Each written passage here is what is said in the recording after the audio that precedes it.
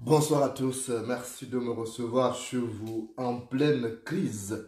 Ali Bongo, le despote valétudinaire, du moins sous son régime, suréquipe l'armée gabonaise, vient de se doter de 2 nouveaux chars et de 8 blindés de fabrication russe pour parer à toute éventualité. D'après une source proche des services de renseignement, il s'agirait de véhicules à toute épreuve qui sont arrivés mercredi dernier à Libreville à bord d'un bateau battant pavillon russe, et ces équipements ont été achetés rubis sur ongle par le contribuable gabonais. D'après la même source, le clan Bongo redouterait une guerre ou du moins un coup d'État. C'est pour donc parer à toute éventualité que le clan Bongo a fait venir donc ses équipements militaires. Souvenez-vous, en 2016,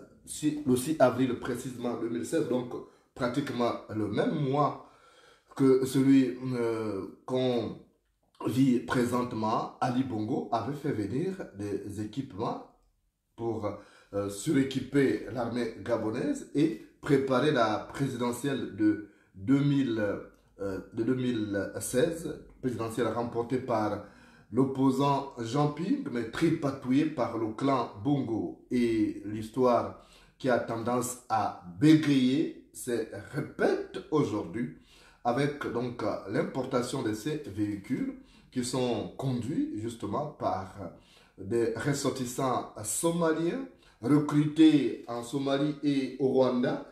Donc les conducteurs somaliens et rwandais recrutés par Liban Suleiman, un proche du clan Bongo, un autre oligarque du clan Bongo qui s'est installé en Rwanda depuis pratiquement 2 ans, et celui qui aurait donc exercé une sorte de pression à l'État gabonais pour justement s'équiper. Donc ce sont ces genres de chars arrivés à Libreville mercredi dernier et qui sont parqué en ce moment dans une des résidences Bongo à la Sablière, dans la commune d'Akanda, qui a été érigée lors du dernier conseil des ministres en chef-lieu du département, chef-lieu de la province des l'Estuaire, qui abrite donc la capitale administrative et politique du Gabon, Libreville, et ces chars sont donc stockés là-bas. 2 chars et 8 blindés russes qui ont été payés par l'État gabonais. Souvenez-vous,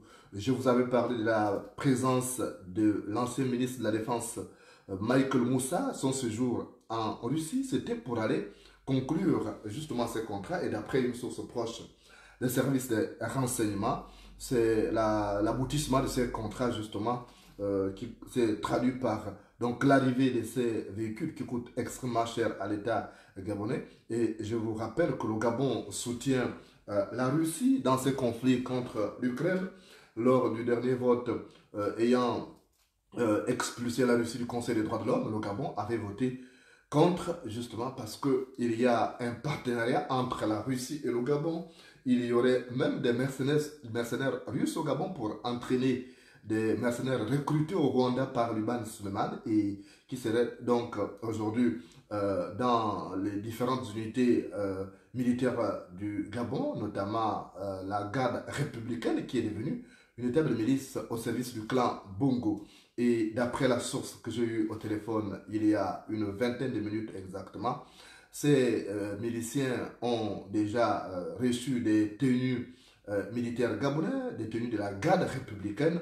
Et lorsqu'ils sont allés récupérer ces équipements, ils étaient habillés justement de ces tenues et ont escorté donc ces équipements jusqu'à l'une des résidences du clan Bongo à la Sablière. Vous retiendrez que c'est Liban Suleiman, le mafieux Chebab qui était au Gabon, qui a conclu toutes ces transactions avec la contribution de Michael Moussa Adamou, ex-ministre de la Défense, désormais ministre des Affaires étrangères, qui est allé en Russie pour demander donc l'achat de ces équipements. Et Liban Suleiman est donc le maître d'œuvre de l'utilisation de ces équipements, parce qu'il y a des techniciens qui ont été recrutés au Rwanda sur sa recommandation. Liban Suleiman, comme vous le savez, c'est Chebab qui a fait toute sa richesse au Gabon.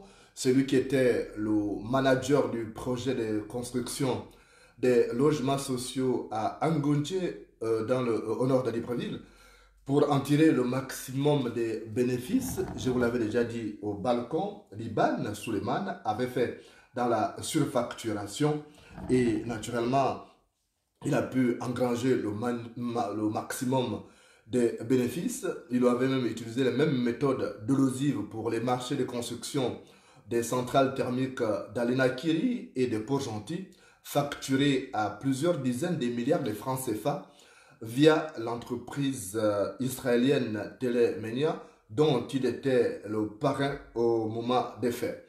La même entreprise avait reçu le marché de construction d'une nouvelle centrale en Toum, à 38 km de Libreville, la capitale gabonaise. Donc ces marchés avaient été, sous l'impulsion de Liban Suleiman, donnés à cette entreprise israélienne, où Liban Suleiman avait donc ses intérêts. Pour capter l'argent des marchés publics, Liban Suleiman a créé une ventouse composée d'une trentaine de sociétés écrans spécialisées dans divers domaines pour l'achat et le blindage des véhicules de la présidence de la République. Par exemple, il a apporté sur les fonds baptismaux une société dénommée Falcon Ace, je vous en avais déjà parlé ici. Celle-ci avait un marché de près d'1 milliard de francs CFA pour la protection des véhicules d'Ali Bongo. Il captait toujours le Grisby dans le domaine de l'exploitation de l'or noir grâce à plusieurs sous-traitantes.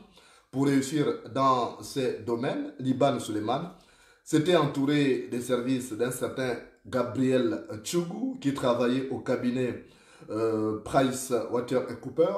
C'est ce dernier qui aurait subtilisé d'ailleurs l'audit pétrolier au bénéfice de Liban Suleiman, qui a ensuite commandé un autre audit, il avait commandité un autre audit pour se faire des sous avec la complicité de l'ancien directeur général des hydrocarbures, Tati Echoba. Ce dernier avait d'ailleurs été promu à ce poste par le mafieux Liban Suleiman dans l'optique de mettre le grappin sur l'argent du pétrole gabonais. En croire une autre source de tapis dans les arcanes du pouvoir, Liban Suleiman s'est entouré des services d'un certain Alba Ito, cadre à Ecobank, pour réussir ses opérations mafieuses. Dans le domaine de la sécurité, Liban Suleiman capte l'argent du Gabon à travers deux sociétés dont Garden Market, jadis propriété de sa tante, la défunte Afram. Et il a aussi d'autres domaines où il opère pour capter l'argent. Et c'est avec ces pognons que ce type est allé s'installer au Rwanda pour investir là-bas. Et il est devenu l'un des puissants oligarques du camp Bongo. Il tente toujours de revenir.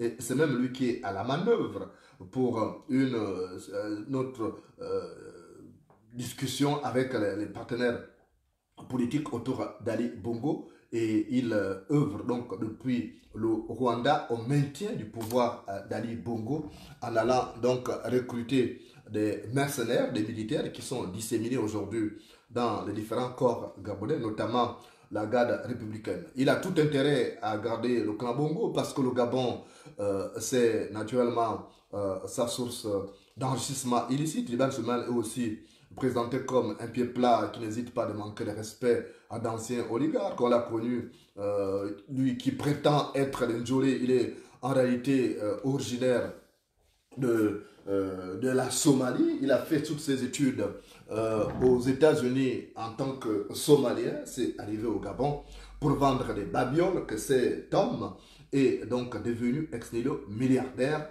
recrutant des mercenaires ça et là pour le maintien d'Ali Bongo. S'agissant justement du maintien d'Ali Bongo, vous retiendrez justement que il y a un certain nombre de choses qui sont menées aujourd'hui. En dehors de l'achat de ces camions, de ces blindés russes, il y a aussi le clan Bongo qui a donc procédé au rappel de tous les généraux qui étaient déjà à la retraite pour mener ce qui apparaît désormais comme une dernière bataille. Je vous en avais déjà parlé au cours d'une émission ici. Donc, les généraux qui étaient déjà à la retraite ont été rappelés par le clan Bongo pour préparer la présidentielle de 2023.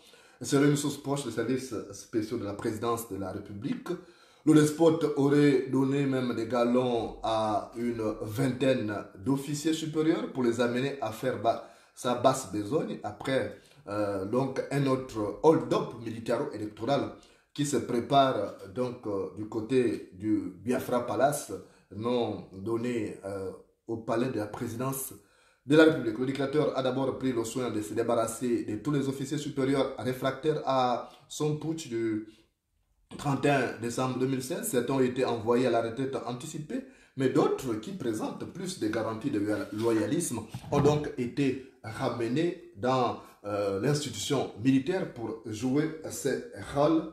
C'est vous dire que pendant que les opposants dorment, il y a le clan Bongo qui œuvre par toutes les procédures, les moyens dolosifs pour le maintien de ces clans au pouvoir. Et je vous avais parlé aussi il n'y a pas longtemps de l'arrivée à Libreville d'un important stock d'équipements militaires et aussi des poisons très dangereux qui sont passés par le service des douanes et le service des douanes qui avait réussi justement des instructions fermes pour ne pas ouvrir tous ces paquets et voir le contenu justement de ceci. C'est vous dire que les choses sérieuses ont commencé. C'est le moment justement pour les Gabonais de se réveiller afin de faire obstruction. Le clan Bongo tient absolument à confisquer ce pouvoir malgré l'état de santé chancelant du despote gabonais Ali Bongo. Ali Bongo qui naturellement ne dirige presque plus le pays, c'est sa femme et son fils Noureddin Bongo qui signe à sa place. Et ils veulent capter le maximum de Grisby pour aller espérer une retraite dorée dans les paradis fiscaux où ils envoient régulièrement l'argent détourné dans les différentes sphères décisionnelles de l'État à travers des ventouses qu'ils ont créées pour aspirer les fonds publics. L'information continue sur Facebook et YouTube.